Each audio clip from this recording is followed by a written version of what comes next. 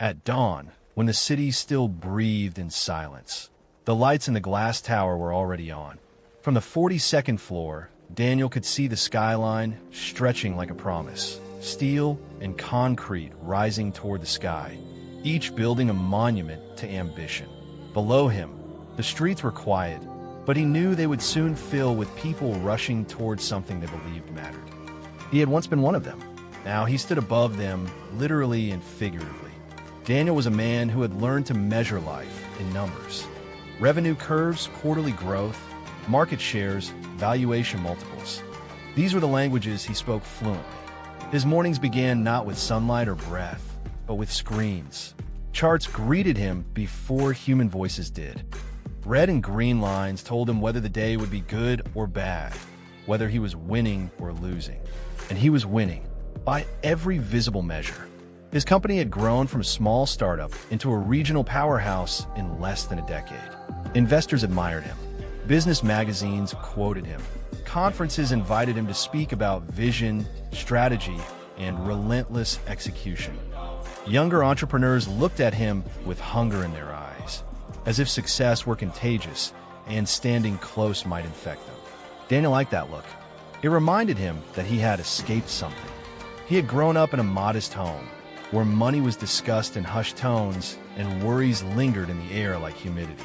He remembered his parents' careful budgeting, the way they paused before buying anything unnecessary.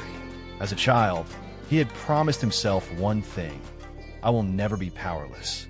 And power, he learned, came in numbers. Numbers were honest. Numbers obeyed logic. Numbers rewarded intelligence and effort. If something failed, the data would tell you why. If something succeeded, the numbers confirmed your worth. At least, that was what Daniel believed. He leaned back in his chair and glanced at the wall-sized screen displaying his company's latest performance metrics. Growth was steady. Profits were strong. Another acquisition was underway. His phone buzzed with messages from executives and partners across different time zones. Each vibration was a small affirmation. You matter. You're needed. Yet beneath the polished surface of achievement, something subtle stirred, something Daniel had learned to ignore. His body was tired in a way sleep did not cure. His jaw was often clenched without him realizing it. Meals were rushed, eaten in meetings or skipped entirely. Nights ended with exhaustion, but not peace. Even when he lay in bed, his mind continued negotiating, predicting, calculating. Still, he told himself, this was the price of success. Everyone paid something. He walked toward the window and looked at his reflection in the glass. A tailored suit, a confident posture, a face that appeared composed, almost invincible. This was the image he had built carefully over years, brick by brick, deal by deal. This was who he was, or so he thought. Daniel's calendar was full months in advance. Every hour had a purpose. Every conversation was measured by outcome. Even friendships had become transactional, though he rarely admitted it to himself. People were useful, or they were distractions. Time spent without tangible results felt wasteful. On the rare occasions when silence surrounded him, late at night, or during brief pauses between flights, an unease surfaced. A question hovered at the edge of his awareness, quiet but persistent. Is this it? He never allowed it to finish forming. There was always another goal to chase, another benchmark to surpass. He told himself fulfillment would come later, after the next expansion, the next milestone, the next recognition. Peace, he believed, was a reward earned at the end of the race. But the race had no finish line. Daniel prided himself on control. He controlled his company, his schedule, his image. He controlled risk through analysis and foresight. Uncertainty, to him, was an enemy to be conquered. What he did not realize was that his need for control had quietly begun to control him. Every success tightened his grip. Every achievement increased his fear of loss. The higher he climbed, the more terrifying the thought of falling became. Yet he mistook this fear for motivation, mistook tension for drive. In meetings, his voice was calm and authoritative. Inside, it was always loud. He rarely noticed the sky unless it affected traffic. He rarely noticed his breath unless it was short. His mind lived in the future, forecasting, projecting, preparing, while his body remained anchored in the present, carrying the silent weight of his ambition. Once, during a brief vacation forced upon him by his doctor, Daniel found himself sitting by the ocean. Waves rolled in steadily, indifferent to deadlines and expectations. For a moment, watching them rise and fall, something softened inside him. Then his phone rang. The moment vanished. Back in his office, surrounded by numbers and screens, Daniel felt whole again, or at least functional. This world made sense. Here, effort equaled reward. Here, identity could be built, reinforced, defended. He did not notice that the numbers he trusted so deeply were also building a wall around him. He believed he was free because he had choices. He believed he was successful because others said so. He believed he knew who he was because he could list his achievements without hesitation. What he did not see was the quiet absence behind it all. There was no space for stillness in his life, no room for listening. His worth had become conditional, dependent on performance and perception. Without results, who was he? Without numbers, what remained? These questions lingered in the background, unanswered and unasked. Daniel closed his laptop and straightened his jacket. Another meeting awaited him, another step forward in the empire he had built. As he walked toward the door, confident and composed, he felt certain of one thing. He was winning, and like many before him, he did not yet understand the cost of winning a game he had never paused to question. Far beneath the glow of success, the seeds of awakening lay dormant, waiting for the moment when numbers would no longer be enough. From the outside, Daniel's life looked flawless. The penthouse apartment overlooked the river, its glass walls catching the city lights at night like a private constellation. The furniture was minimalist and expensive, chosen by a designer who spoke in calm, confident tones about energy, balance, and luxury. Everything had its place. Everything appeared intentional. Yet the apartment was almost always silent. Daniel spent little time there except to sleep, and even then, sleep was shallow and restless. He often woke before dawn, his mind already racing, his chest tight with thoughts he could not immediately name. The silence felt too loud, so he filled it with news, emails, and market updates. Sound, any sound, was preferable to stillness. Stillness, he had learned, was dangerous. It invited questions. On most days, Daniel moved from one enclosed space to another. Car, office, conference room, airport lounge, hotel. Each place was climate-controlled, predictable, efficient. The world beyond glass and steel barely touched him anymore. Seasons changed without his noticing. Rain was an inconvenience. Sunlight was something that interfered with screens. His body carried the cost of this life quietly. A dull ache settled permanently in his shoulders. His stomach burned after meals when he remembered to eat. Doctors spoke to him about stress and balance, about slowing down, but he smiled politely and nodded, already planning his next call. After this quarter, he told himself, after this deal, there was always an after. Daniel's relationships had followed a similar pattern. Early in his career, friendships had been genuine, spontaneous. Laughter came easily then. Conversations wandered without purpose. Now, most interactions were efficient exchanges. Lunches were meetings. Dinners were negotiations disguised as social gatherings. Even with people he had known for years, the tone had shifted. They spoke to him carefully, respectfully, as if walking around something fragile. Some admired him, others resented him. Very few truly knew him. And Daniel, in truth, did not know them either. He had learned to read people as he read spreadsheets, identifying value, risk, leverage. This skill had served him well in business, but it quietly hollowed his personal life.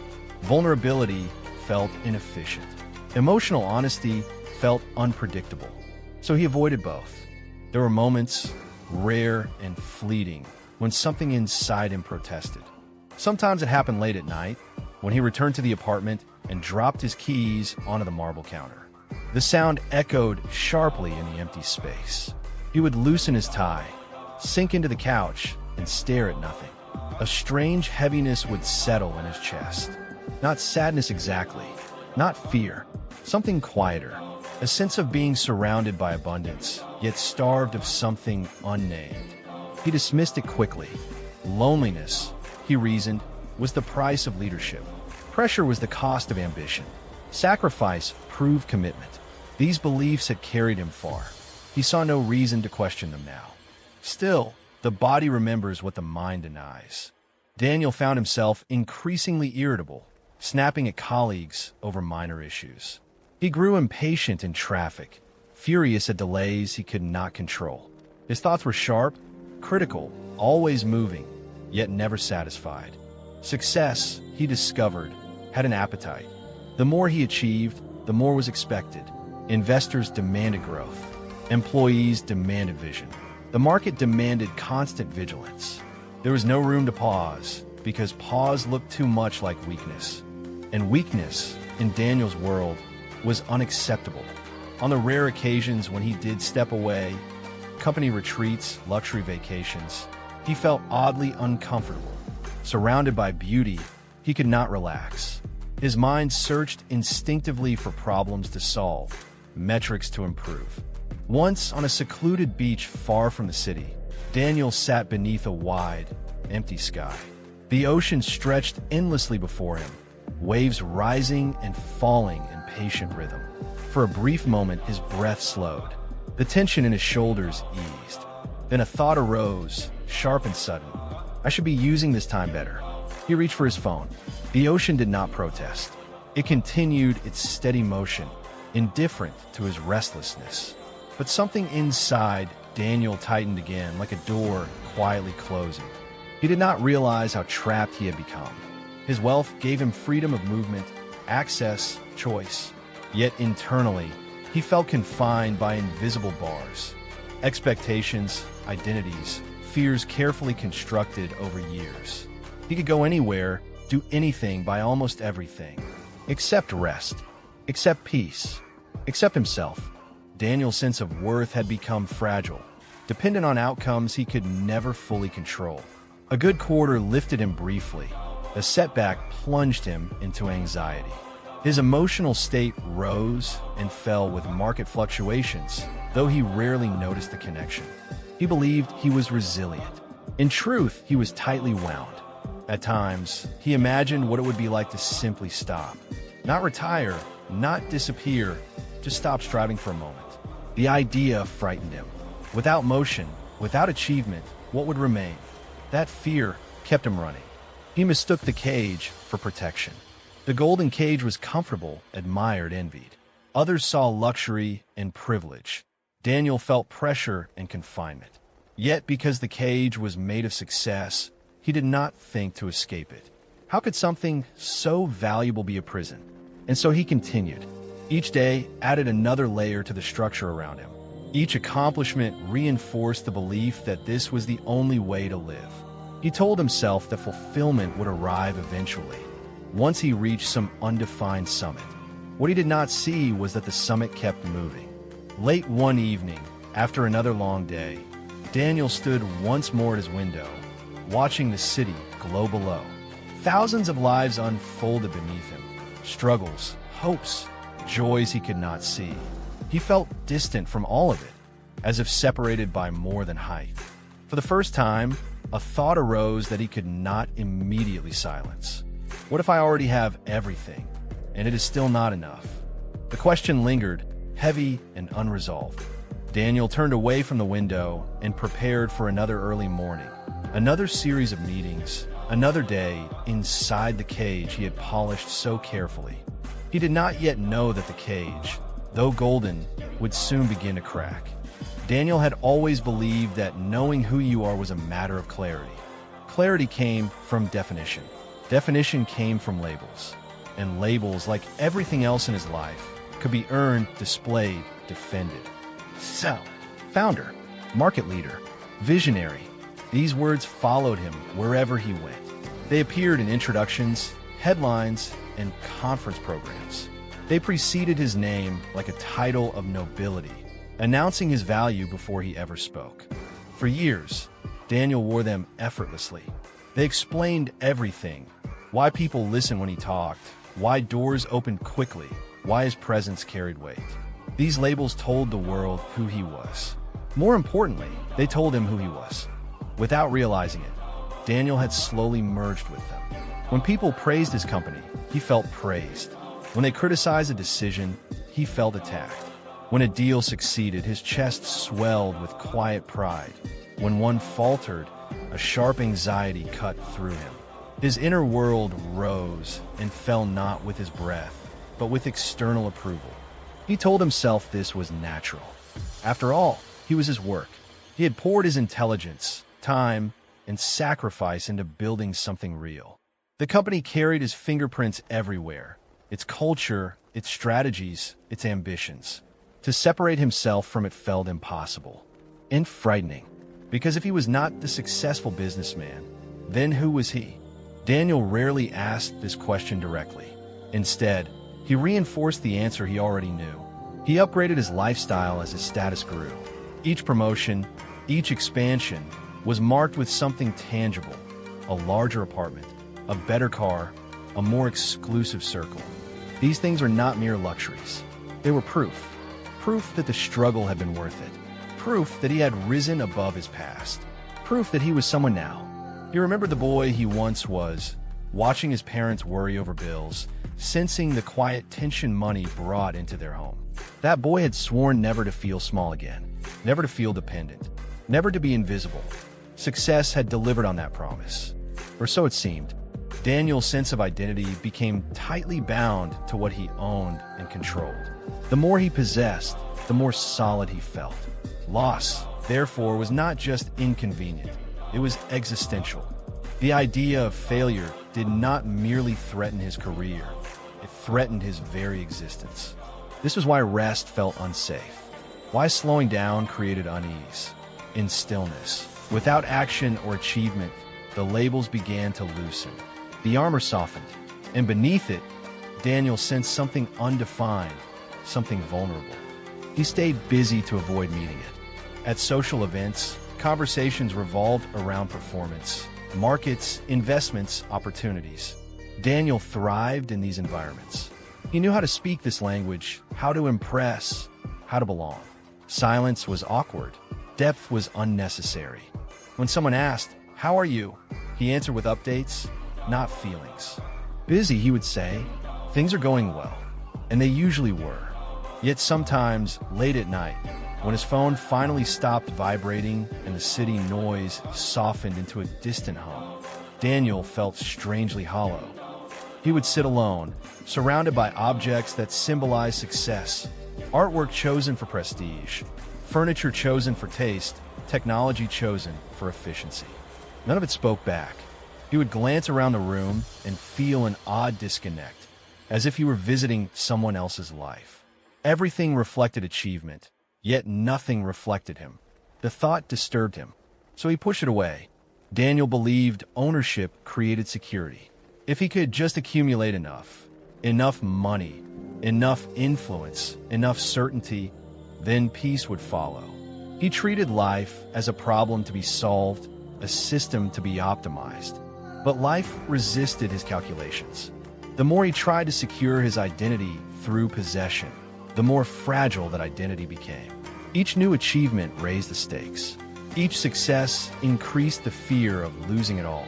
He began to notice how carefully he curated his image, how much energy he spent maintaining the perception of strength, how often he avoided admitting doubt or confusion, even to himself.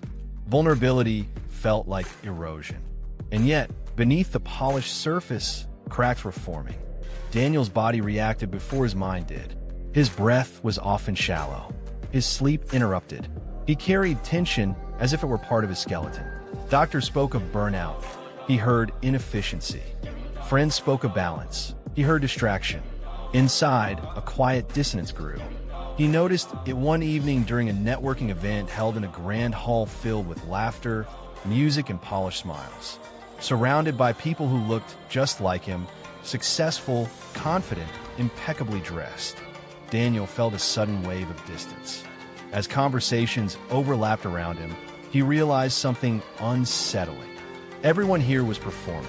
Each person spoke about achievements, future plans, impressive metrics. Everyone was presenting a version of themselves that could be admired. And for the first time, Daniel saw himself doing the same from the outside. The realization landed softly, but deeply. If all of this disappeared tomorrow, the company, the status, the wealth, what would remain? The question lingered longer than he expected. Daniel excused himself early that night. Back in his apartment, he stood before the mirror and studied his reflection. He looked exactly as he should, confident, accomplished, composed. Yet behind his eyes, something searched. He tried to list the things that defined him. The words came easily at first, roles, titles, achievements. But when he tried to go beyond them, his mind went quiet. There was nothing there he could easily name. The silence unsettled him. For the first time, Daniel sensed that he had been mistaking accumulation for selfhood, that he had built an identity from external markers while neglecting the inner terrain entirely. He had learned everything about markets, people, and systems, yet almost nothing about himself. Still, he resisted the implication. This life had worked. It had brought admiration, comfort, power. Questioning it felt risky, even ungrateful. He told himself these doubts were temporary, the result of fatigue. They would pass. They always did. And yet, something fundamental had shifted. The image he had relied on no longer felt solid. The labels that once grounded him now felt strangely thin. He sensed, dimly, that he had placed his sense of being in things that could change, disappear, or be taken away. He did not yet know the language for this realization. He only knew that beneath the layers of success, a deeper question was awakening, one that numbers could not answer and possessions could not satisfy. Daniel turned off the lights and lay down, staring into the darkness. For the first time in years, he did not think about tomorrow's goals. Instead, a quiet, unsettling truth hovered in his mind. He had spent his life becoming someone, but he was no longer sure he had ever met himself. The collapse did not arrive with thunder. It came quietly, disguised as an ordinary morning. Daniel woke before his alarm, as he often did, his mind already half awake and scanning invisible dashboards. The city outside his window was gray, wrapped in a thin mist that softened the outlines of buildings. He checked his phone out of habit, expecting the familiar rhythm of overnight updates. Instead, he saw the first message, a brief alert from the overseas market. Unusual volatility. Daniel frowned, sat up, and opened his laptop. Numbers loaded slowly, as if hesitating to reveal themselves. When the charts finally appeared, something felt wrong immediately. The lines dipped sharply, then wavered, then dipped again. He leaned closer to the screen. A major partner had pulled out of a deal without warning. News headlines followed in rapid succession. Regulatory changes, liquidity concerns, sudden shifts in investor confidence. Individually, each item was manageable. Together, they formed a pattern Daniel had learned to fear. Momentum was breaking. His phone began to ring. By the time Daniel reached the office, the building felt different. Conversations hushed when he passed. Screens glowed with red figures instead of green. People moved faster, their confidence replaced by urgency. Daniel entered the main conference room, where his executive team was already gathered. No one spoke at first. They all stared at the numbers projected onto the wall, as if watching a slow-motion accident. "This is temporary," Daniel said finally, his voice steady. "Markets overreact. We've seen this before." He believed it, or needed to. They discussed contingencies, strategies, damage control. Daniel moved automatically, issuing instructions, adjusting forecasts, recalculating exposure. His mind sharpened, slipping into its familiar mode, problem-solving under pressure. But beneath the efficiency, a subtle unease spread. As the day unfolded, the situation worsened. Investors demanded explanations. Credit lines tightened. Another partner froze negotiations. News outlets speculated openly about instability. Each update chipped away at the structure Daniel had built so carefully. By afternoon, the numbers no longer felt abstract. They had weight, consequences. Daniel's chest felt tight, though his face remained calm. He had trained himself for moments like this. Years of experience navigating crises, reassuring others while holding uncertainty inside. Still, something about this felt different. The market did not behave as expected. Logical responses failed to produce relief. Every adjustment seemed to trigger another complication, another loss. Control, his greatest strength, began to slip. Late in the day, Daniel stood alone in his office, staring at the skyline he had once admired with pride.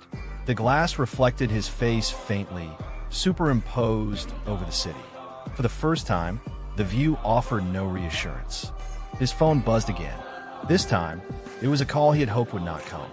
A senior investor spoke carefully, choosing words like someone handling fragile glass. Trust was shaken. Exposure was too high. They were stepping back for now. Daniel thanked him, ended the call, and remained still. For a moment, everything went quiet. Then his mind surged forward, racing through scenarios, contingency plans, worst-case outcomes. Numbers flooded his thoughts, colliding and overlapping, refusing to settle. By evening, the news had spread. The confidence that once surrounded Daniel evaporated quickly, replaced by cautious distance. Emails grew formal. Conversations ended sooner. The applause had stopped. He worked late into the night, fueled by adrenaline and stubborn determination. Surely, he told himself, this could still be contained. He had overcome obstacles before. This was just another test. But tests assume fairness. Markets do not. In the following days, what began as turbulence became freefall. Stock values plunged. Contracts were canceled. Legal concerns surfaced.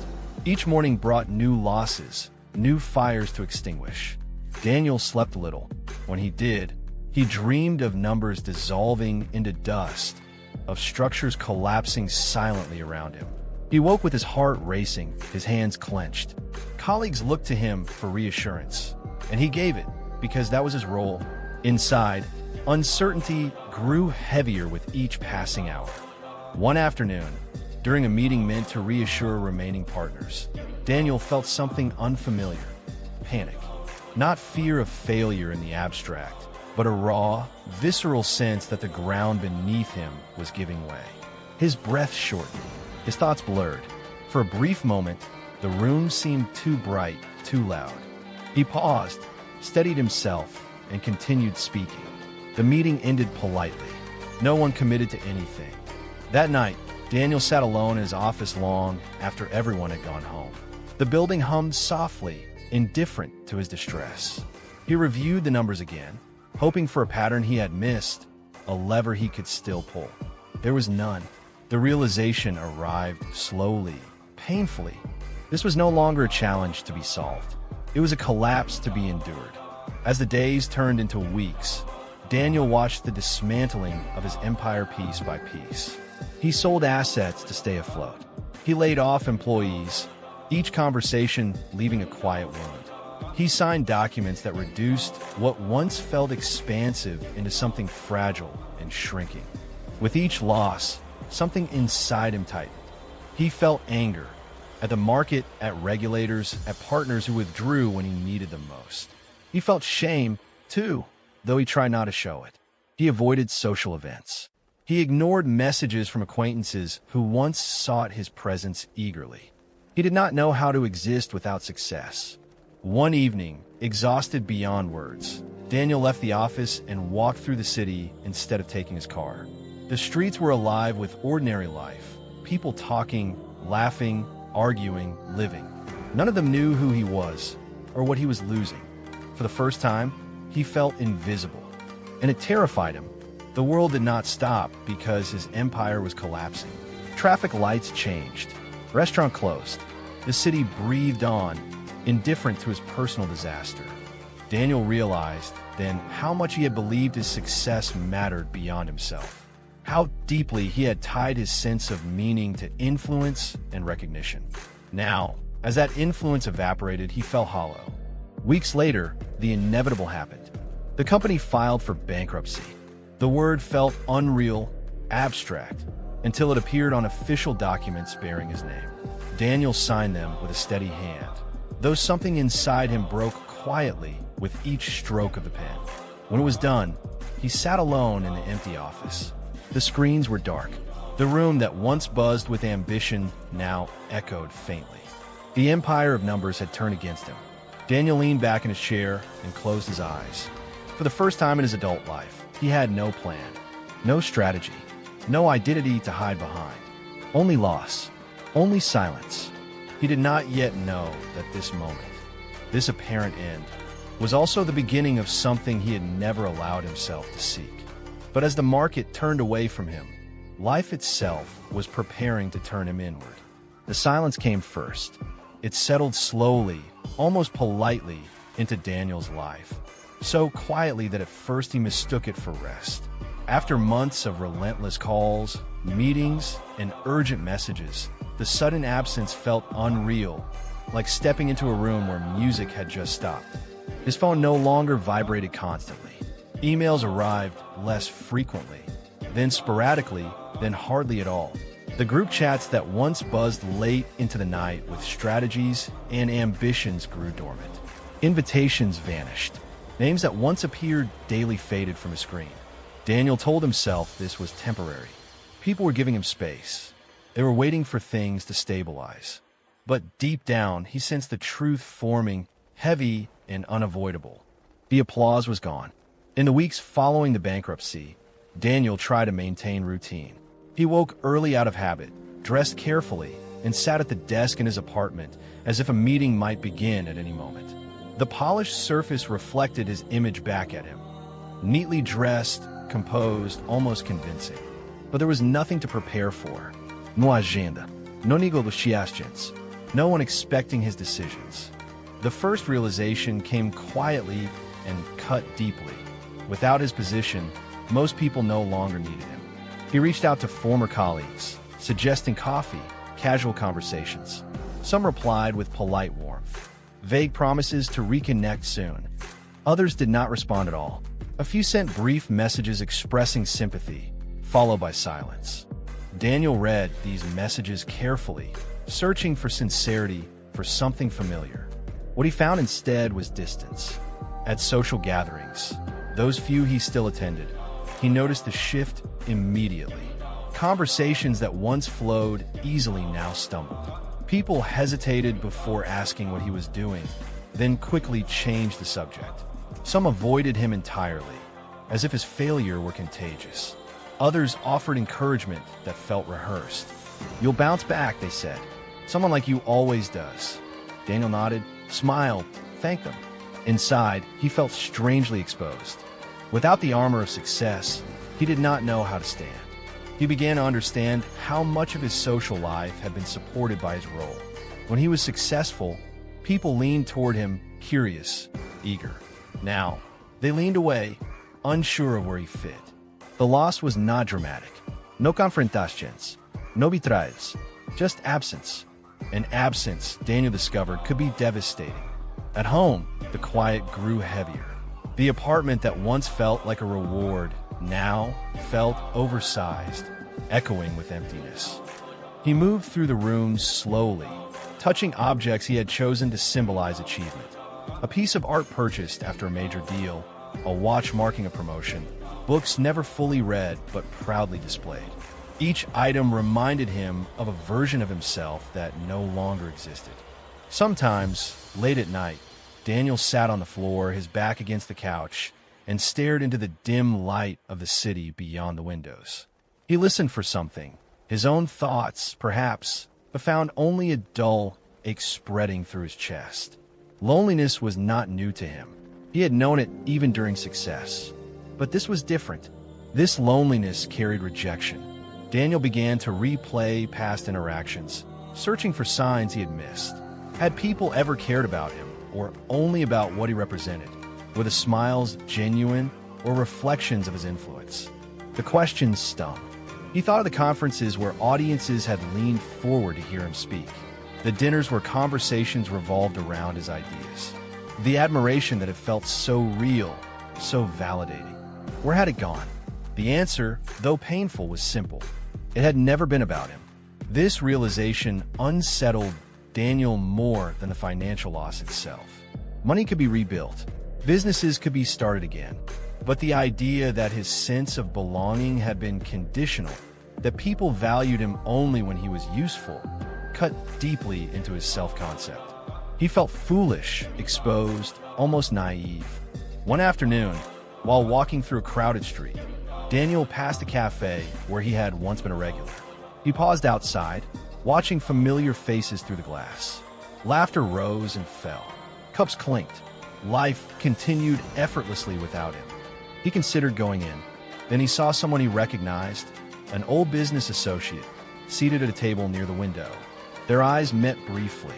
The associate hesitated, then looked away, pretending not to notice. Daniel kept walking. The rejection was small, almost trivial, but it echoed loudly inside him. He realized then how much he had relied on external affirmation to feel real. Applause had told him who he was. Recognition had anchored his identity. Without it, he felt like a ghost in his own life. At night, his thoughts turned darker. What if this was all there was? What if the person he had worked so hard to become had existed only in relation to others' approval? Without the stage, without the spotlight, did he exist at all? The questions frightened him. He tried to distract himself, reading market news, analyzing trends, imagining future ventures. But the old excitement was gone. The numbers felt hollow, stripped of their power to reassure. Even ambition had lost its flavor. Daniel noticed changes in his body, too. His posture slumped slightly. His movement slowed. The constant tension that once drove him forward now drained him. He felt tired in a way he had never allowed himself to feel before. One evening, as rain streaked down the windows, Daniel received a message from a former colleague. It was brief, impersonal, and transactional. A question about transferring responsibility for an old account. No greeting, no concern, just business. Daniel stared at the screen for a long time before replying. When he did, his message was short and professional. The exchange ended quickly. The silence returned. He set his phone down and felt something inside him finally give way. For the first time, Daniel allowed himself to acknowledge the pain he had been avoiding. He had not just lost a company. He had lost an identity reinforced daily by attention, respect, and applause. He had lost the mirrors that once reflected his worth back to him. Without them, he felt unanchored, unsure of his shape. And yet, beneath the grief, something else stirred, quiet, almost imperceptible. Relief. The constant performance was over. No one expected brilliance from him now. No one demanded confidence or certainty. For the first time in years, Daniel was not required to be impressive. The thought frightened him, but it also opened a small, unfamiliar space inside his chest. A space where he could finally stop pretending. He did not yet know what to do with that space. He only knew that losing the applause had stripped him bare, and that beneath the layers of success and recognition, something real, something untested, was waiting to be discovered. For now, all Daniel could do was sit with the silence and listen. There was a moment when Daniel realized he had stopped pretending. It came not in a dramatic collapse or public confrontation, but in a quiet, almost insignificant instant. He stood in the kitchen of his apartment, staring at the last unopened box of belongings he had packed weeks earlier. Documents, personal items, fragments of a life he no longer lived. He had been avoiding it, leaving it by the wall as if it might disappear on its own. That morning, something inside him had finally surrendered. He opened the box slowly. Inside were objects that once mattered deeply. Awards, framed articles, photographs from conferences, handwritten notes congratulating him on milestones long past. He picked one up at random, a glossy plaque engraved with his name, celebrating a record-breaking year. Daniel felt nothing. No pride, no bitterness, just a distant, hollow neutrality. He sat back down. That was when it became clear. He had reached the bottom, not financially alone, but inwardly. The months since the bankruptcy had stripped away layer after layer of certainty. First the company, then the reputation, then the relationships built around success. Now, Even the emotional reactions that once defined him had dulled. What remained was not despair in its loud, dramatic form, but something quieter and heavier. Emptiness. Daniel no longer woke with urgency. There was no schedule pulling him forward, no expectations shaping his day. He drifted through mornings slowly, sometimes not leaving the apartment until late afternoon. Meals were simple, often eaten standing up without thought. Time stretched strangely, both too fast and too slow. Without goals to chase, Daniel felt exposed. The familiar sense of purpose that once energized him was gone, replaced by a low, persistent ache. He avoided mirrors, uncomfortable with the person looking back. Older than he remembered, eyes tired, posture uncertain. He had spent his life outrunning discomfort. Now, there was nowhere left to run. At night, thoughts surfaced uninvited. Regrets replayed with sharp clarity. Moments when he had dismissed people, ignored his body, sacrificed presence for progress. He remembered conversations cut short, apologies never offered, relationships postponed indefinitely. He wondered how many chances he had missed, convinced there would always be time later. Later had arrived, empty-handed. Daniel's pride resisted this reckoning at first. He told himself this was temporary, that he would rebuild, reclaim what he had lost. He drafted ideas for new ventures, scribbled plans on paper, imagined fresh starts. But each time, the energy drained away quickly. The ambition felt forced, hollow. Something inside him refused to return to the old rhythm. This resistance frightened him more than failure ever had. Who was he if he no longer wanted what had once defined him? The question lingered heavily. One evening, unable to sit with his thoughts any longer, Daniel left the apartment and wandered through the city without direction. The streets were familiar yet distant, as if he were seeing them for the first time. He passed people engaged in ordinary moments, arguing, laughing, waiting, living. None of them knew his story. For years, Daniel had believed his life was exceptional, marked by momentum and influence. Now, surrounded by anonymity, he felt small and strangely relieved at the same time. He walked until his legs ached, until exhaustion overtook restlessness. Eventually, he found himself sitting on a bench in a quiet park, watching leaves drift to the ground. They fell without resistance. Daniel lowered his head into his hands. Something broke open then, not dramatically, but honestly. Tears came, unexpected and uncontrollable. Not for the money, or the company, or the recognition, but for the exhaustion of becoming someone he no longer recognized. For the years spent measuring his worth against numbers that could vanish overnight. For the fear he had carried silently. He cried without trying to stop himself. No one noticed. When the tears subsided, Daniel felt strangely lighter. Weaker, perhaps, but also more real. The rawness he had avoided for so long now lay exposed, undeniable. This, he realized, was the bottom.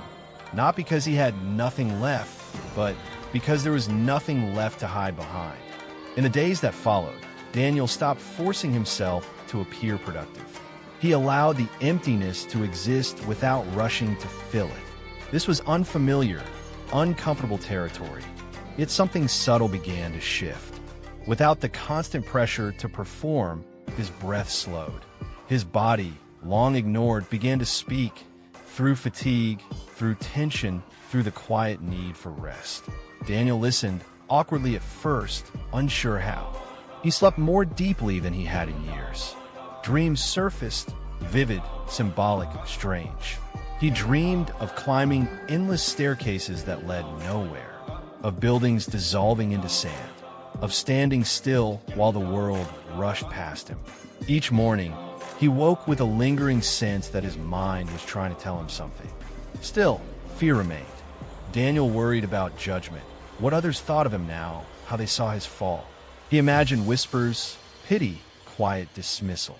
The shame burned at the edges of his awareness, especially when he thought about the future. What would he say when people asked what he did? Who would he be without answers that impressed? One afternoon, sorting through old documents, Daniel found a notebook he had kept years earlier, before success consumed him entirely. The pages were filled with scattered thoughts, half-formed questions, reflections on meaning and purpose. He read one line over and over. I don't want to reach the end of my life and realize I never lived it. The words struck him with unexpected force. He did not remember writing them, but he felt their truth now. For the first time, Daniel considered the possibility that losing everything might not be a punishment, but an invitation. An invitation to meet himself without roles or achievements. The idea was fragile, almost dangerous. Hope, after all, could hurt. Yet something inside him leaned toward it. That evening, Daniel sat quietly in his apartment. Lights dimmed, phone turned off. He did nothing. He did not distract himself with plans or analysis. He simply sat and noticed his breath, the weight of his body, the subtle movements of his thoughts. At first, his mind rebelled. It searched for problems, for tasks, for reasons to move. When none appeared, it grew restless, then uneasy, and then slowly it softened. In that stillness, Daniel glimpsed something unfamiliar, himself unmeasured. No title attached, no expectation imposed, just presence. The realization did not arrive as peace or enlightenment. It was quiet, tentative, almost easily missed, but it marked a turning point. Hitting the bottom had not destroyed him.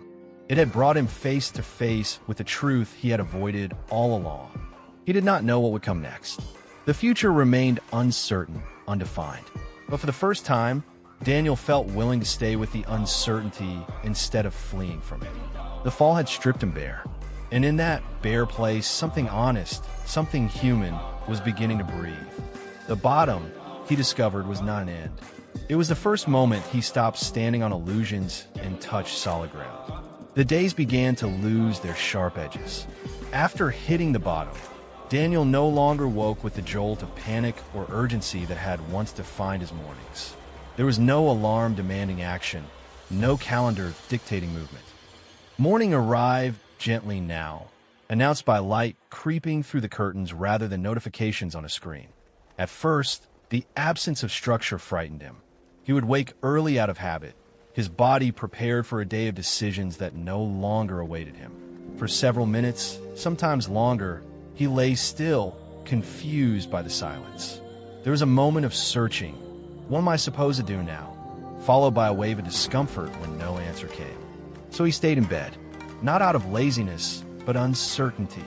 Eventually, Daniel began to rise with the light. He made simple breakfasts, toast, fruit, tea, eaten slowly at the small table near the window. He noticed the way steam curled upward from the cup, how warmth spread into his hands.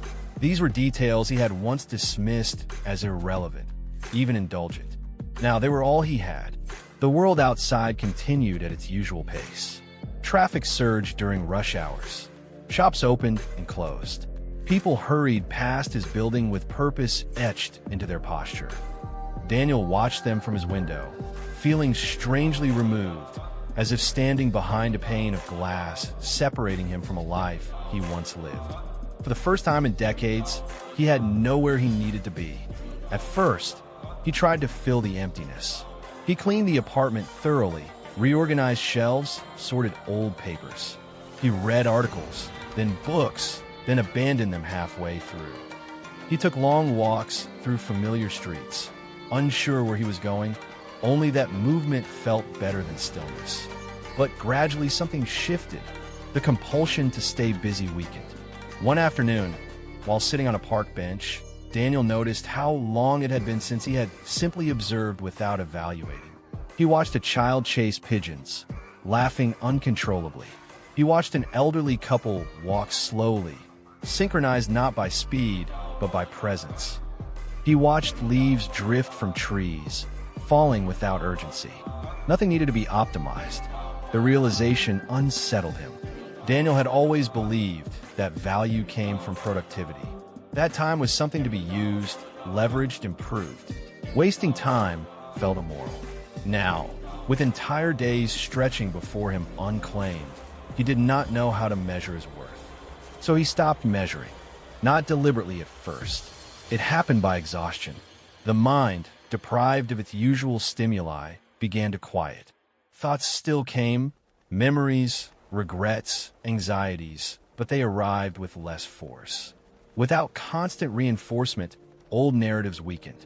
Daniel noticed gaps between thoughts, brief moments of silence he had not experienced since childhood. These moments frightened him initially. In silence, there was nowhere to hide. He noticed his breath more often now, how it shortened when a worrying thought arose, how it deepened when he looked at the sky or listened to birds. His body, long treated as a vehicle rather than a companion, began to reassert itself gently. A tightness in his chest would appear without warning. A heaviness in his stomach lingered when he thought about the future. Fatigue washed over him unexpectedly, demanding rest rather than resistance.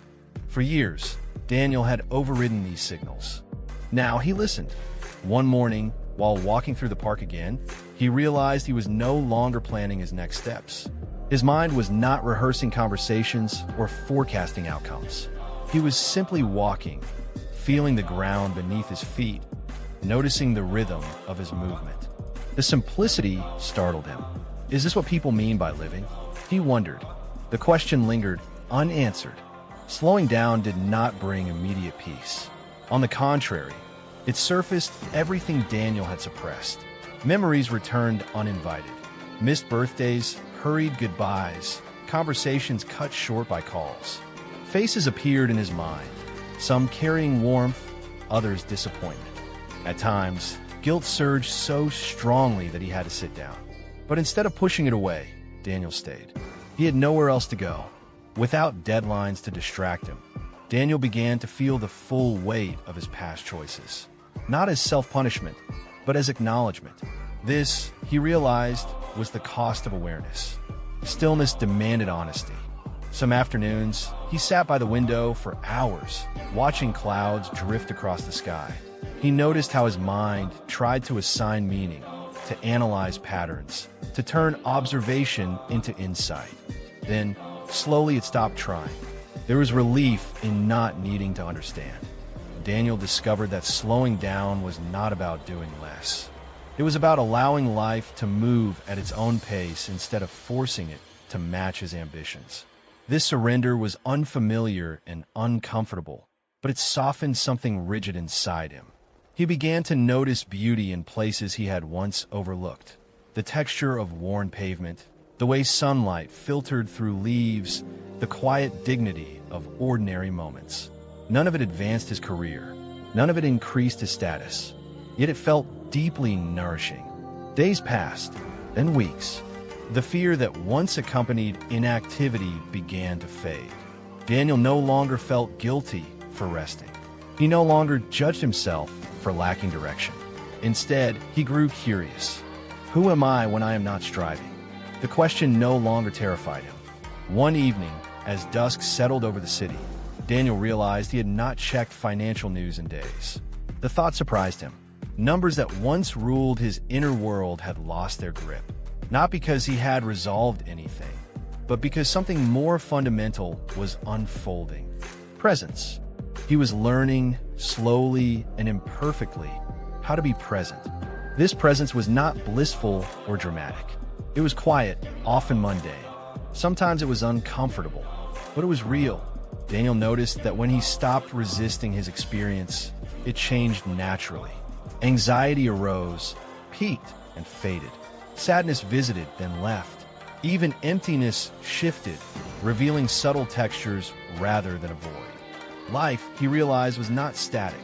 It breathed. In slowing down, Daniel began to glimpse a truth he had never allowed himself to see. That constant movement had been a form of avoidance. He had run from stillness because stillness reflected him back to himself. Now, he stood before that reflection, and it did not judge him.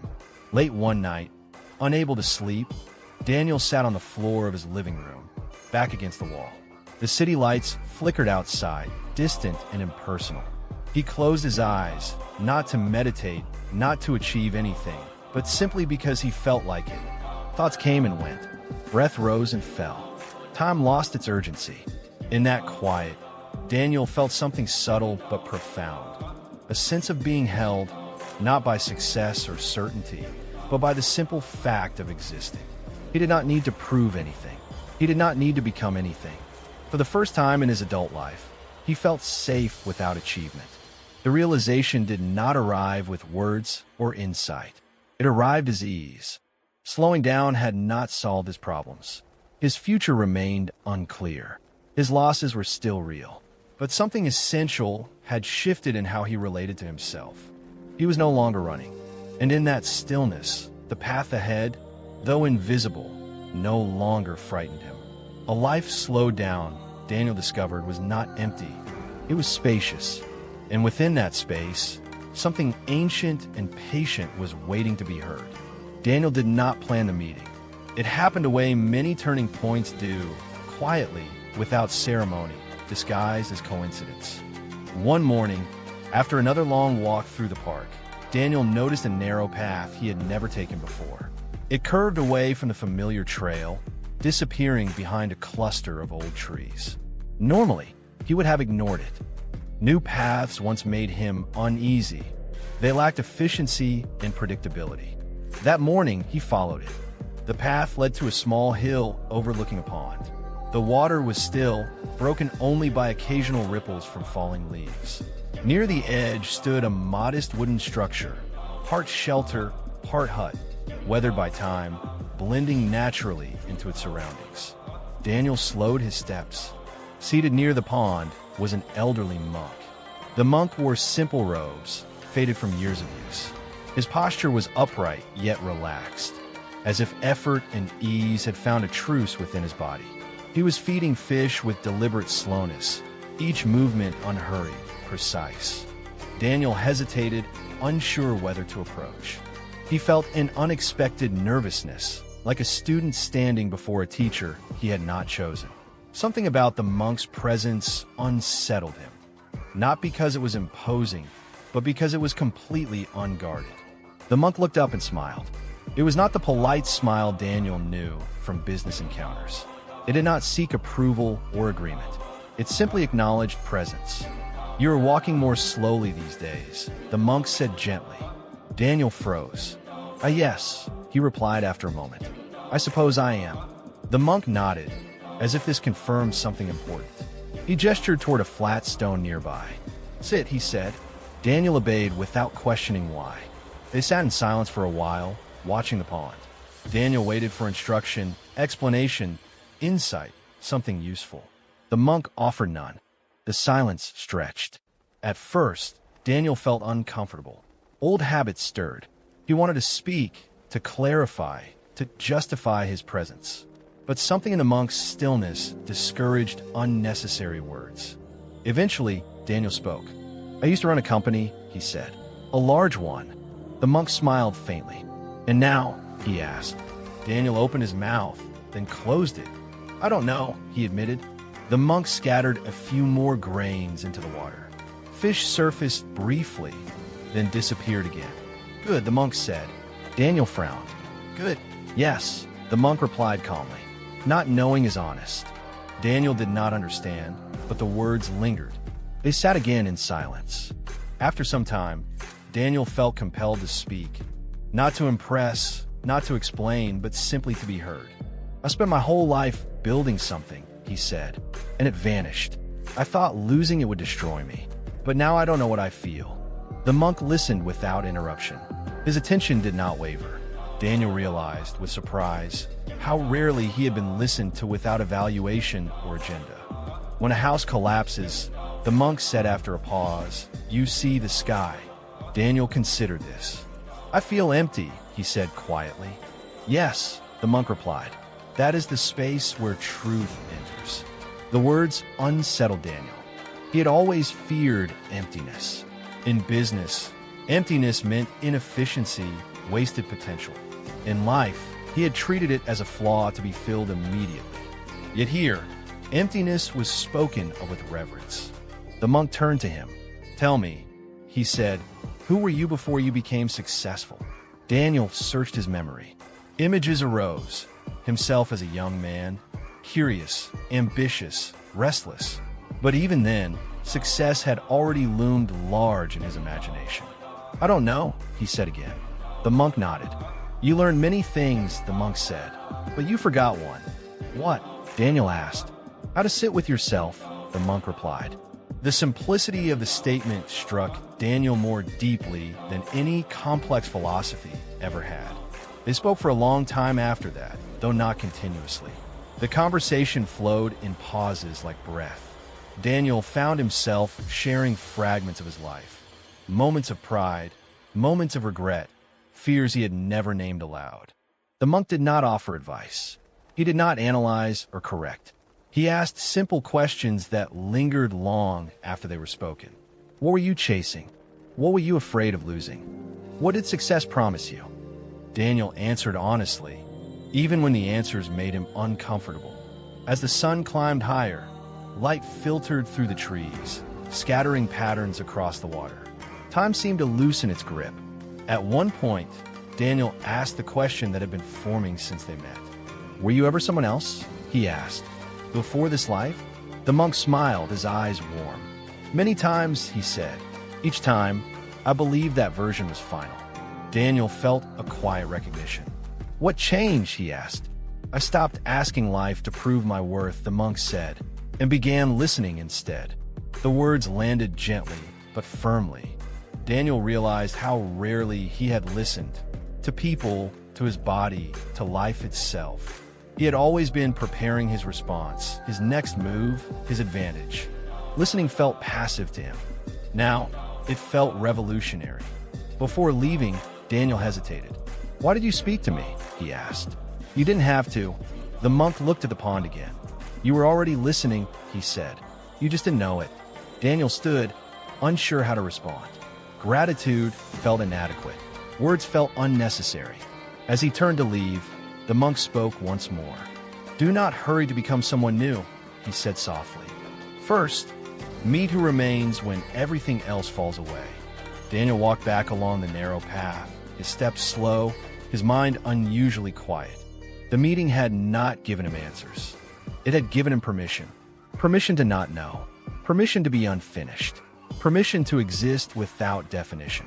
That evening, sitting alone in his apartment, Daniel noticed something subtle but undeniable. For the first time since the collapse, he did not feel alone. The monk's presence lingered, not as guidance or doctrine, but as a mirror, a reminder that beneath ambition, beneath loss, beneath fear, there was something simple and intact. Awareness. Daniel closed his eyes and breathed. He did not yet understand what this encounter meant or where it would lead, but he sensed deeply that something essential had shifted. He had not met a monk that day. He had met the beginning of listening, and that, he felt, would change everything. Daniel returned to the pond the next morning. He did not know why. There was no appointment, no promise that the monk would be there again. Yet something in him felt gently pulled toward that quiet place, as if an unseen thread had been tied during their meeting. The path through the trees looked the same as before, but Daniel walked it differently. His steps were slower, less deliberate. He noticed the crunch of leaves beneath his shoes, the way sunlight filtered unevenly through branches, the faint scent of damp earth. Nothing had changed, and yet everything felt different. The monk was there again, seated by the water, watching the surface as if it were speaking to him. Daniel approached quietly and sat on the same flat stone without being invited. They did not greet each other. The silence felt natural now. Daniel's mind, however, was not silent. It was busy replaying the monk's words from the day before. When a house collapses, you see the sky. He did not fully understand them, but they echoed inside him, gently loosening something rigid. After a while, Daniel spoke. I keep thinking about how quickly everything disappeared, he said. Years of work, gone in months. The monk nodded, eyes still on the water. How long did it take the leaf to fall? He asked. Daniel frowned. I don't know. A moment. And how long did it grow? The monk asked. Daniel followed his gaze to a leaf floating on the pond surface. Much longer, he said. Yes, the monk replied. Both are true. Daniel sat with that. For most of his life, he had believed that effort guaranteed permanence. That if he planned carefully enough, worked hard enough, success would solidify into something stable, lasting. The collapse of his company had shattered that belief violently. But now, something subtler was happening. He was beginning to see that impermanence was not a punishment directed at him personally. It was not evidence of failure or incompetence. It was the nature of things. The monk turned to him. "You are grieving what you thought should last," he said gently. "Not what was meant to." Daniel felt a tightening in his chest. "I thought I was building something solid," he said. "Something real." "You did," the monk replied. "And it passed." Daniel struggled with this. "If everything passes," he asked, "what's the point of building anything at all?" The monk smiled, not dismissively but kindly. "Do you refuse to eat because you will be hungry again?" he asked. Daniel laughed softly, surprised. "No," he said. "Do you refuse to love because one day you will lose?" The monk continued. Daniel's laughter faded. The question reached somewhere deep. For years, Daniel had tried to deny impermanence by building higher, faster, stronger. He had treated success as a shield against change, against loss, against death itself. Now, stripped of that shield, he felt exposed but also strangely honest. They sat quietly as the wind stirred the water, breaking the pond's smooth reflection into fragments. Daniel watched the ripples spread outward, intersecting and dissolving. "I thought impermanence was the enemy," he said slowly. "That if things didn't last, they weren't worth much." The monk shook his head. "Impermanence is what makes things precious," he said. "If this moment were endless, you would not notice it. You noticed your success only because you feared losing it. You noticed your loss only because you believed it should not happen." Daniel felt a slow, dawning clarity. His suffering had not come solely from losing his company. It had come from resisting the truth that nothing could be held forever. Not wealth, not status, not even identity. The monk gestured toward the pond again. "Look," he said. Daniel watched as a fish surfaced briefly, creating a small disturbance before vanishing beneath the water again. "Where did it go?" the monk asked. "Below," Daniel said. "Did it disappear?" the monk asked. "No," Daniel replied. "It just changed where it was." The monk nodded. "So did your life," he said. The simplicity of the statement unsettled Daniel more than dramatic explanations ever could. He had treated change as loss, movement as threat. But what if collapse was not erasure, but transition? Daniel remembered the building he once worked in, the tower of glass and steel. How permanent it had felt, how invincible. Yet even now, the building still stood. It was his role within it that had vanished. Nothing lasts, he thought. Not even who I thought I was. The realization did not bring despair. It brought relief. For the first time, Daniel saw that the pressure he had lived under, the need to maintain, protect, preserve, had been self-imposed. He had tried to freeze life into a favorable shape. Life, it turned out, did not consent. The monk stood and stretched slowly, his movements unhurried. "Come," he said. "Walk." They walked along the edge of the pond, then up a gentle slope. As they moved, the monk spoke of seasons, of planting and harvest, of how even mountains shift over time. "You thought success should make you safe," he said. "But safety does not come from permanence. It comes from understanding." Daniel listened closely. "For years," the monk continued, "you tried to stand on moving ground and demanded it remain still. When it shifted, you blamed yourself." Daniel felt a quiet sting of recognition. "Yes," he said, "I thought I had failed." The monk stopped and turned to him. "You failed at controlling what cannot be controlled," he said. "That is not failure. That is reality." They resumed walking. As they walked, Daniel noticed something new. The fear he had carried, of instability, of uncertainty, had softened. Not vanished, but loosened its grip. If everything was impermanent, then his current state was not fixed either. Despair, too, would pass. This realization was not an excuse for passivity. It did not tell him to stop caring or acting. Instead, it invited him to act without clinging, to engage fully while accepting change. Daniel felt something open inside him. Later, sitting alone by the pond, after the monk had departed, Daniel reflected on his own body. How it, too, changed constantly, breath by breath, cell by cell. how sensations arose and faded without his permission. He realized he had spent years demanding stability from something inherently fluid. That demand had exhausted him. Now, sitting quietly, Daniel allowed sensations to come and go. A breeze brushed his skin.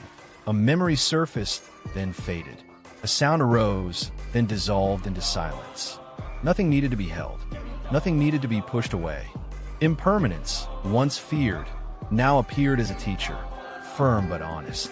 It showed him that clinging created suffering, not change. That loss hurt not because things ended, but because he believed they should not. As the sun lowered, casting warm light across the water, Daniel felt a subtle gratitude, not for the collapse itself, but for what it had revealed. If his success had never fallen, he might never have questioned it. If his identity had remained intact, he might never have seen beyond it. Impermanence had stripped him of illusions, and in doing so, it had returned him to the present moment, alive, breathing, unfinished. Daniel stood to leave, his movements slow and deliberate. The path back through the trees no longer felt like an escape route. It felt like a continuation. He did not know what his life would look like next, but he no longer needed to know. Everything changed, and somehow that was enough. For a long time, Daniel believed wealth was something you could point to. It had a location, a number, a measurable weight. Wealth lived in accounts, properties, titles, and influence. It could be charted, protected, multiplied. It could be admired from a distance and envied up close. But now, as he sat quietly in the small room he had begun using for reflection, bare walls, a cushion on the floor, a single window open to the morning air, Daniel realized how narrow that definition had been. Nothing in this room would impress anyone, and yet something inside him felt fuller than it had in years. The days after his growing understanding of impermanence unfolded differently.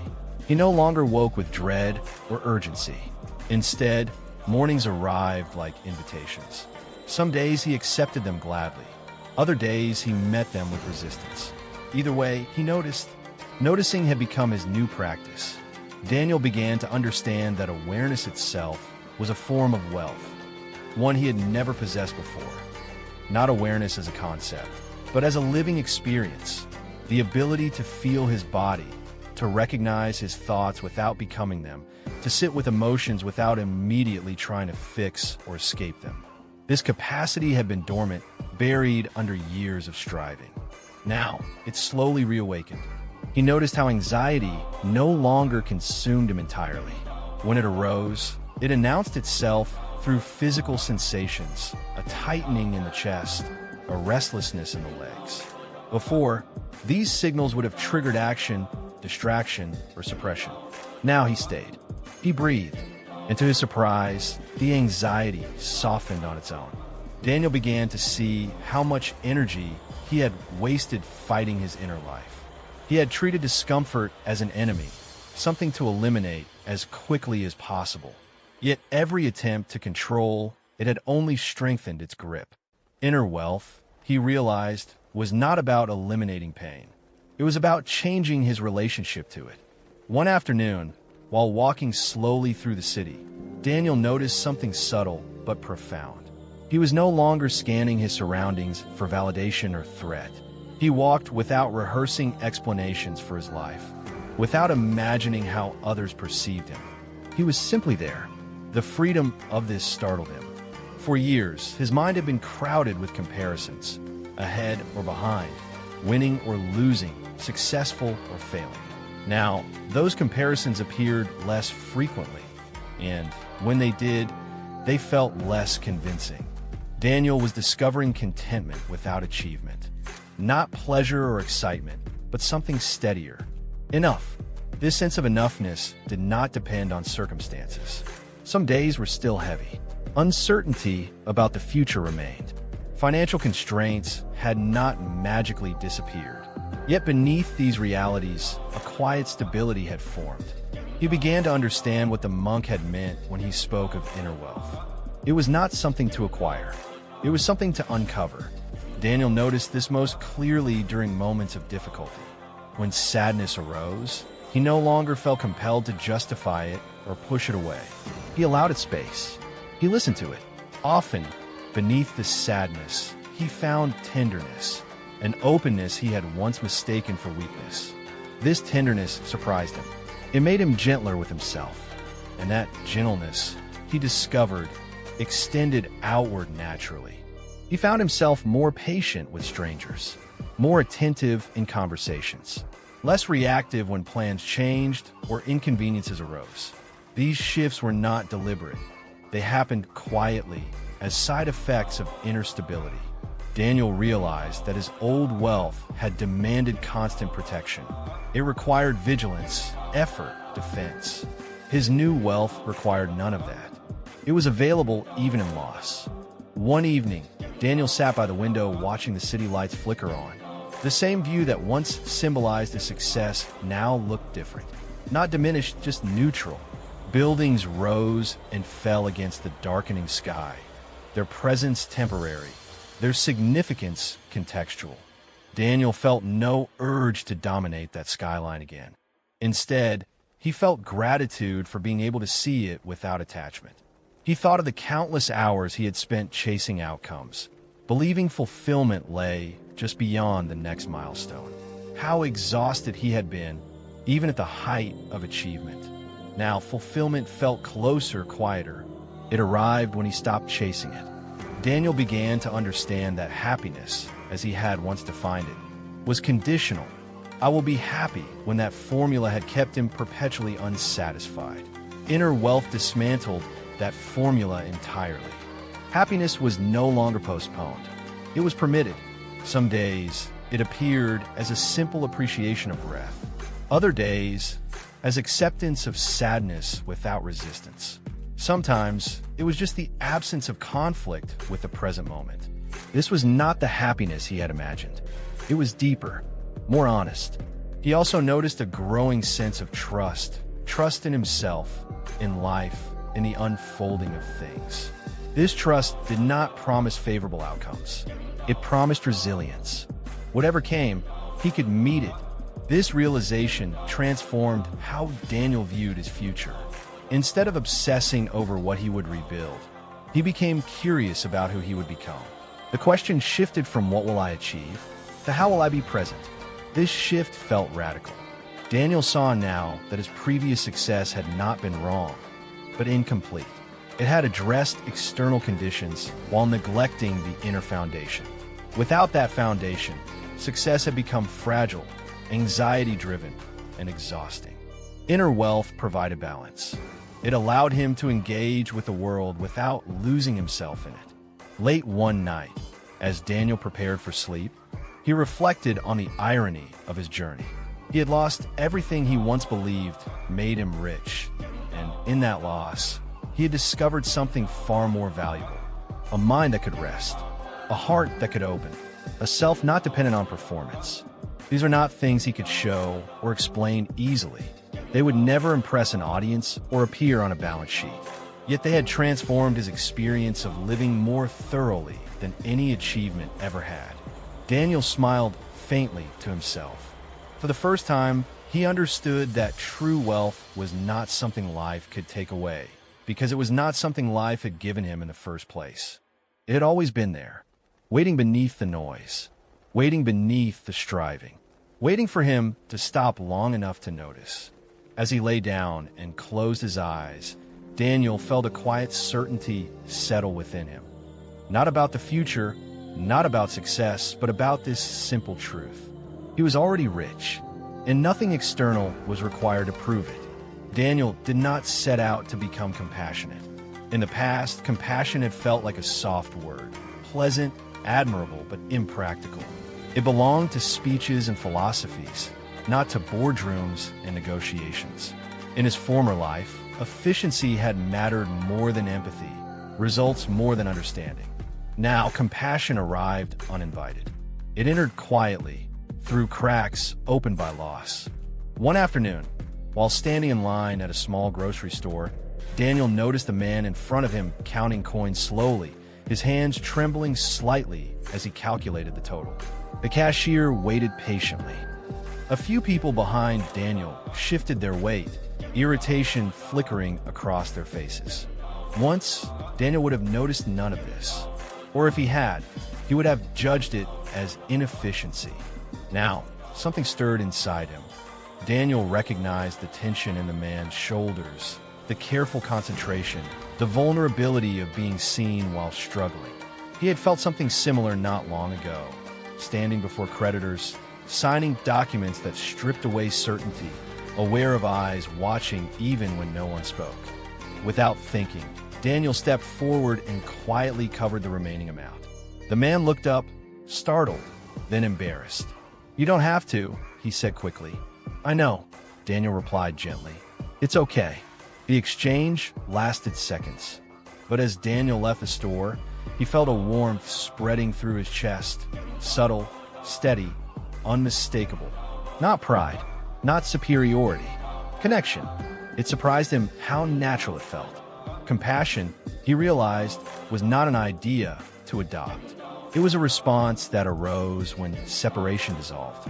And separation had dissolved because he no longer stood above anyone. Loss had leveled him. In the weeks that followed, Daniel began to notice people differently. He saw strain behind irritation, fear beneath anger, exhaustion beneath impatience. These were not abstract insights. They were recognitions born of shared experience. When a friend confided about struggling at work, Daniel listened without interrupting, without offering solutions. He recognized the desperation in the need to be heard rather than fixed.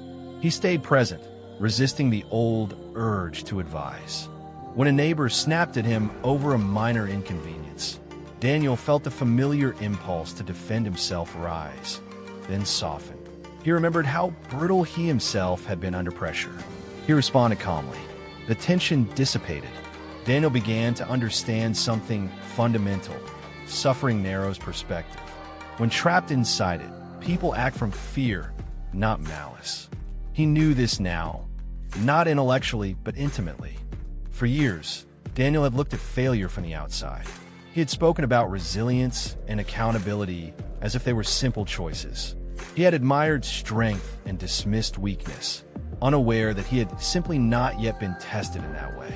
Now, having been broken open, he saw how shallow those judgments had been. Loss had taught him humility. It had stripped away the illusion that people were defined by their outcomes. Daniel felt this most acutely when he encountered people he had once overlooked, those without titles, without influence, without visible success. He noticed how easily he connected with them now. Conversations felt less guarded, more honest. There was nothing to prove. One evening, Daniel volunteered at a small community kitchen, not as a gesture of redemption or obligation, but out of curiosity. He wanted to understand what it felt like to give without recognition. The work was simple: chopping vegetables, washing dishes, serving food. At first, Daniel felt awkward. His movements were inefficient. His mind searched for meaning, for impact. Then, gradually, the simplicity settled him. He watched faces soften when meals were handed over. He heard stories shared casually of illness, of job loss, of loneliness. No one asked who he had been before. No one cared. And in that anonymity, Daniel felt free. As he listened, he realized how similar these stories were to his own, not in details, but in essence. Everyone there was navigating uncertainty, loss, hope. Everyone was trying to hold themselves together. The realization humbled him. Compassion, he saw, did not require shared circumstances, only shared humanity.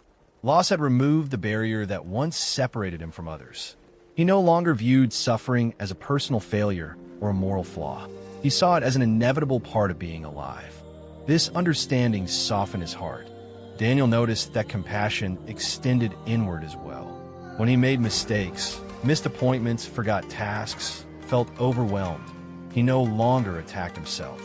The harsh inner voice that once demanded perfection had grown quieter. In its place was patience. He spoke to himself as he would to a friend, with honesty, but without cruelty. This self-compassion changed everything. Without constant self-judgment, Daniel felt less defensive, more open. Without the need to protect an image, he could admit uncertainty freely. This vulnerability, rather than diminishing him, made his connections deeper. People sensed it. They trusted him more. Daniel began to see compassion not as weakness, but as strength rooted in truth.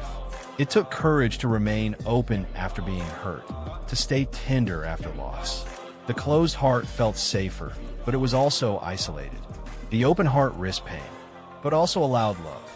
One day, while sitting quietly in the park, Daniel reflected on his former self, the man who had raced through life armored by success. He felt no resentment toward that version of himself now, only understanding.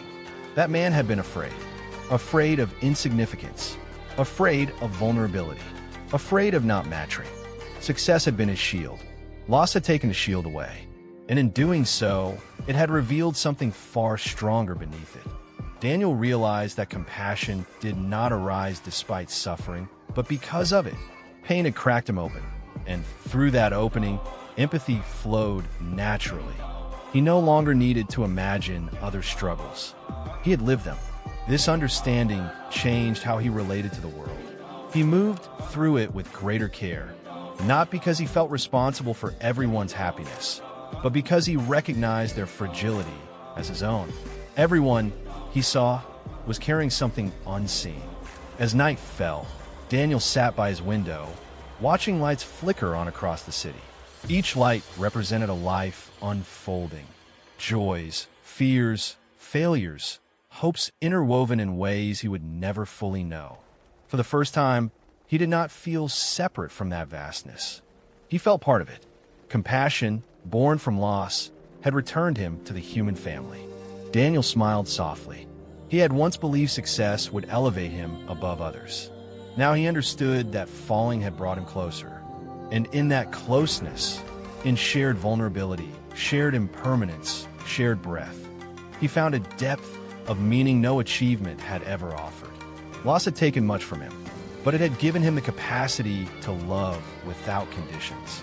And that, he knew, was no small gift. Daniel did not announce his return. There was no dramatic reappearance, no carefully worded statement explaining where he had been or what he would do next. He simply began to move back into the world, quietly, without banners or expectations. For a long time after his inner transformation began, he had lived on the edges of life, observing, listening, healing. Now, something inside him felt ready to engage again, not out of ambition, not from fear of irrelevance, but from a gentle sense of participation. Life, he realized, was not something to escape or conquer. It was something to meet. The first sign of this return appeared in small, ordinary ways. Daniel began accepting invitations again, not to impress or network, but to connect. He met an old acquaintance for coffee, not to discuss opportunities, but to listen. He attended a community meeting, curious rather than strategic. He volunteered regularly, not as a phase, but as a rhythm. What surprised him most was how different everything felt. The world had not changed. He had. Conversations no longer felt like negotiations. He was not scanning for advantage, not rehearsing responses while others spoke. He listened fully, noticing tone, pauses, emotions beneath words. People responded to this presence instinctively. They relaxed. They opened. Daniel noticed that when he stopped performing, others stopped performing too. He was no longer returning as the man he used to be. And that was the point. There were moments when the old habits stirred. In meetings, his mind sometimes slipped into familiar patterns, assessing efficiency, predicting outcomes, wanting to steer direction. When this happened, he noticed it gently, without judgment, and returned to the present. He did not reject his skills. He simply refused to be ruled by them. Daniel understood now that the problem had never been work, success, or leadership. The problem had been attachment, his belief that his worth depended on outcomes, that his identity lived in achievement. Now, achievement was just an activity, not a definition. He began consulting for small organizations, offering guidance without control. He helped young entrepreneurs not only with strategy, but with perspective, asking questions no one had asked him when he was younger. What does success mean to you? What are you afraid of losing? Who are you when this doesn't work? At first, these questions confuse people. Some laughed them off. Others paused, visibly unsettled. A few leaned in, grateful. Daniel recognized himself in all of them. He did not try to save anyone from ambition. He knew that path had its lessons too, but he offered something he had never offered before: honesty. He spoke openly about his collapse, not as a warning, not as a tragedy, but as a teacher. He did not glorify failure, nor did he romanticize suffering. He spoke simply about the cost of unconscious striving, about the exhaustion of running from oneself. People listened, not because he was impressive, but because he was real. Daniel noticed that returning to the world without racing changed how time felt. Days no longer blurred into a relentless pursuit of the next goal. Each day carried its own weight, its own texture. Some days were productive, others were quiet. None felt wasted. He had stopped ranking his days. This was perhaps the greatest shift of all. He remembered how his former life had been defined by acceleration, always faster, always more. Slowing down back then had felt like falling behind. Now he saw that racing had been a kind of blindness. In the race, everything else disappeared. Returning without racing allowed life to reappear. Daniel walked through the city differently now. He noticed faces instead of obstacles, sounds instead of noise. He no longer felt separate from the movement around him. He was part of it, neither above nor below. Sometimes he passed places connected to his former life. The glass tower, the restaurants where deals were closed, the hotels where he had spent nights rehearsing presentations instead of sleeping. These places no longer triggered regret or longing. They felt like chapters, necessary, complete.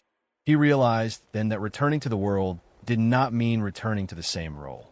It meant participating from a different center, from presence instead of pressure, from wholeness instead of hunger. One evening, Daniel was invited to speak at a small gathering. There was no stage, no microphone, just chairs arranged in a circle. People shared stories of work, fear, purpose. When it was his turn, Daniel spoke without preparation. I used to believe life was a competition, he said, that if I slowed down, I would disappear. He paused, feeling the truth of what came next. I slowed down, and I found myself. The room was silent, not with awe, but with recognition. Afterward, a young man approached him. I feel like I'm running all the time, he said quietly. I don't even know what for. Daniel smiled gently. You don't have to stop running forever, he said. Just long enough to ask who's doing the running. The words felt familiar, almost as if they had been given to him long ago. Returning to the world also meant facing uncertainty without panic. Daniel still did not know exactly what his future would look like. Income fluctuated. Plans shifted. Some paths led nowhere. And that was okay. He trusted now that meaning did not depend on certainty. Life was not a straight line. It was a conversation. Daniel learned to respond rather than force. When opportunities arose, he examined not just their potential, but their cost. Energetic, emotional, ethical. He chose what aligned with his values, not what inflated his image. This discernment felt like freedom. He was no longer trying to win. He was trying to live truthfully. There were days when doubt returned. Old fears whispered, you could be doing more. You could be bigger. You could be ahead. Daniel listened to these voices with compassion. He no longer believed them unquestioningly. They were echoes, not commands. Returning to the world without racing meant embracing a quieter form of courage. The courage to be ordinary, to be unseen, to be present without applause. This courage was not flashy, but it was steady, and it changed everything. Daniel understood now that the race he had been running was never external. It was internal, a race against emptiness, against fear, against the possibility of not maturing. He had stepped out of that race, and in doing so, he had stepped fully into life. As he walked home one evening, the city lights glowing softly around him, Daniel felt a deep, grounded sense of belonging. Not to a role, not to a status, to the moment, to the unfolding. He was back in the world, but for the first time, he was not chasing it. He was walking with it. Daniel's life, no longer looked impressive from the outside. There were no visible markers of success, no corner office, no assistants managing his schedule, no constant movement from one important place to another. His days unfolded quietly, shaped by simple rhythms rather than ambition. And yet, he had never felt more alive. Simplicity did not arrive as a rule he imposed on himself. It emerged naturally as success fell away. Daniel noticed that he needed less stimulation, less validation, less control. What remained felt essential, grounded, real. His mornings were unremarkable by most standards. He woke with the light, opened the window, and breathed in the air before checking anything else. He made his bed slowly, not out of discipline but care. Small acts, once ignored, now felt intimate. Each gesture carried presence.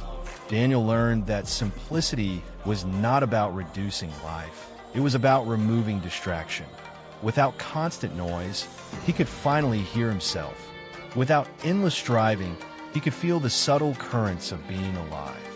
He cooked his own meals, often repeating the same dishes. At first, he wondered if this repetition meant stagnation. Then he realized something surprising. Familiarity created depth. The more often he performed the same simple tasks, the more fully he inhabited them. Chopping vegetables became a meditation. Washing dishes became a moment of stillness. Eating became an experience rather than a transaction. Daniel began to see how his former life had been fueled by dissatisfaction. Even pleasure had been rushed, consumed quickly, so he could move on to the next thing. Now, pleasure was quieter but richer, found in warmth, texture, attention. He noticed how little he actually needed to feel content.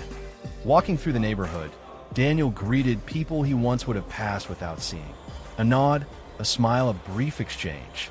These moments grounded him in a shared reality, one not defined by hierarchy or competition. Living simply also meant living honestly. Daniel no longer exaggerated his plans or downplayed his uncertainty. When people asked what he was doing now, he answered plainly. Some were confused, some disappointed, others visibly relaxed, relieved by the absence of performance. He learned that honesty invited honesty. Without the pressure to appear successful, conversations deepened. People spoke about their fears, their doubts, their quiet hopes. Daniel listened without needing to respond with solutions. Presence was enough. He also noticed how simplicity changed his relationship with time. Time was no longer something to manage aggressively. It flowed. Some days were full, others spacious. Neither felt wrong. In the past, Daniel had filled every empty moment with stimulation, afraid that stillness would expose something lacking. Now, stillness revealed abundance. He spent long afternoons reading slowly, sometimes rereading the same page. He sat by the window watching rain trace lines down the glass. He walked without destination, letting his body decide the pace. This was not idleness. It was intimacy with life. Living simply also required courage. Daniel sometimes felt the pull of his old identity, urging him to accelerate, to prove, to achieve. The world still celebrated speed and scale. Occasionally, he wondered if he was falling behind. Then he remembered the exhaustion. He remembered the emptiness that no amount of success had filled. And the urge softened. Daniel discovered that living fully did not mean doing more. It meant being completely present for whatever was here. Joy felt clearer. Sadness felt cleaner. Even boredom revealed layers when he stayed with it long enough. Life, stripped of excess, became vivid. One evening, while sitting quietly as dusk settled, Daniel reflected on how far he had come. Not in distance, but depth. His life was smaller now in measurable terms, but internally it felt vast. He understood something fundamental. Simplicity was not withdrawal from the world. It was direct contact with it, without filters, without narratives, without constant evaluation. Living fully did not require extraordinary circumstances. It required attention. And attention, once cultivated, transformed everything it touched. Daniel noticed how compassion flowed more naturally in this simple life.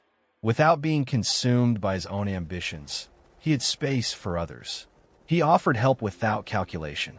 He listened without impatience. This generosity did not deplete him. It nourished him.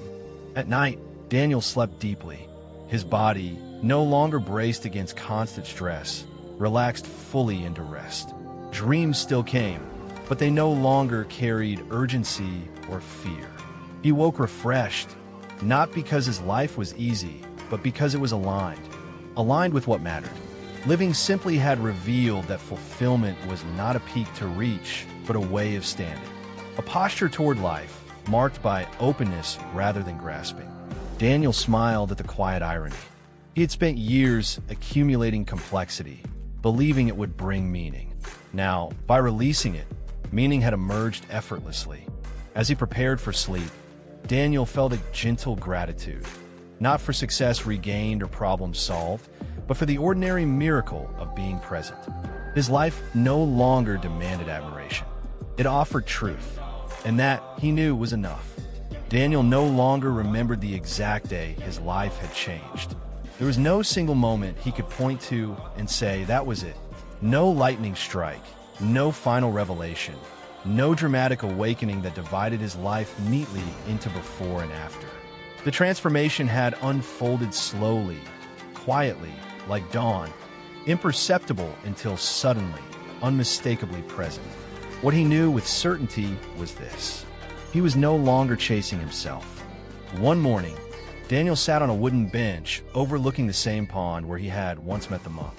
The water was calm, reflecting the sky without distortion. Leaves floated on the surface, drifting where the current carried them. He watched without trying to name what he saw. There was no need. In the past, he would have measured this moment. Is this peace? Is this happiness? Is this enough? Now, the questions did not arise. The moment existed on its own terms. And so did he. Daniel reflected on the man he used to be, the one who believed success would deliver him to safety, to meaning, to wholeness. That man had been sincere in his striving, disciplined in his effort, admired by many. But he had been lost. Lost in roles, lost in outcomes, lost in a future that never arrived, because it was always replaced by another goal. Daniel felt no resentment toward that version of himself now, only compassion. He saw how fear had driven the chase. Fear of insignificance, of vulnerability, of disappearing. Success had not been his enemy. Identification had. He had mistaken what he did for who he was. And when what he did collapsed, he believed he had collapsed with it. But something astonishing had happened instead. When everything external fell away, something internal stood firm. Not an identity, not a story, presence. Daniel realized that what he had lost, money, status, certainty, had never truly belonged to him. They had been temporary arrangements, borrowed conditions, always subject to change. What he had gained could not be taken. The ability to be with himself. The capacity to feel without being consumed. The freedom to live without performance. This was not the self he had imagined gaining someday, after success. This was simpler, quieter, Toa. It required nothing to maintain it. Daniel understood now why the monk had spoken so gently about not knowing. In not knowing, there was openness. In openness, there was life. He had once demanded answers from the world, proof that his efforts mattered, that his sacrifices were justified. When the world failed to provide them, he had felt betrayed. Now he asked nothing, and in asking nothing, he received everything that could actually be received. A breeze moved across the pond, scattering the reflections briefly before they settled again. Daniel watched the surface change, then return to stillness. He recognized himself in that movement. Thoughts still arose. Emotions still passed through him. Uncertainty still visited. But none of these defined him. They were guests. Daniel stood and began walking back along the path. His steps were unhurried. He had nowhere else to be. Each step was complete. As he walked, he thought of the phrase that once would have terrified him. I lost everything. He smiled softly. He had lost the illusion that safety lay in accumulation. He had lost the belief that worth required proof. He had lost the habit of postponing life for a future that never came.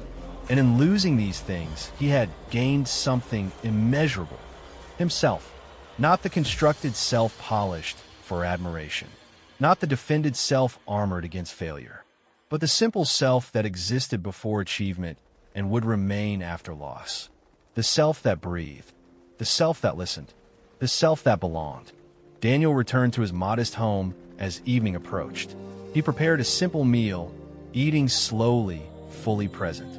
Afterward, he sat quietly as darkness settled outside, lights flickering on across the city. Each light represented a life unfolding, ambitions rising and falling, joys appearing and disappearing, stories forming and dissolving. Daniel felt no urge to compare his path to theirs. There was no hierarchy here, only shared impermanence, shared breath, shared being. For years, Daniel had lived as if enlightenment were something to reach, a final destination earned through discipline or insight. Now, he understood something profoundly different. Awakening was not an achievement. It was a release from the belief that he was incomplete, a release from the need to become someone else, a release from the fear of loss. Life had stripped him bare, not to punish him, but to reveal what had been hidden beneath layers of striving. What remained did not need improvement, only recognition. As Daniel prepared for sleep, he lay down without reviewing the day, without planning tomorrow. He felt the steady rhythm of his breath, the quiet presence of his body, the gentle unfolding of the moment. There was nothing missing. There was nothing to fix. There was nothing to prove. He had lost everything the world told him he needed. And in that loss, he had gained what the world could never give him. Freedom. Not the freedom to control life, but the freedom to live it, fully, openly, as himself. The journey was not over, but the search was.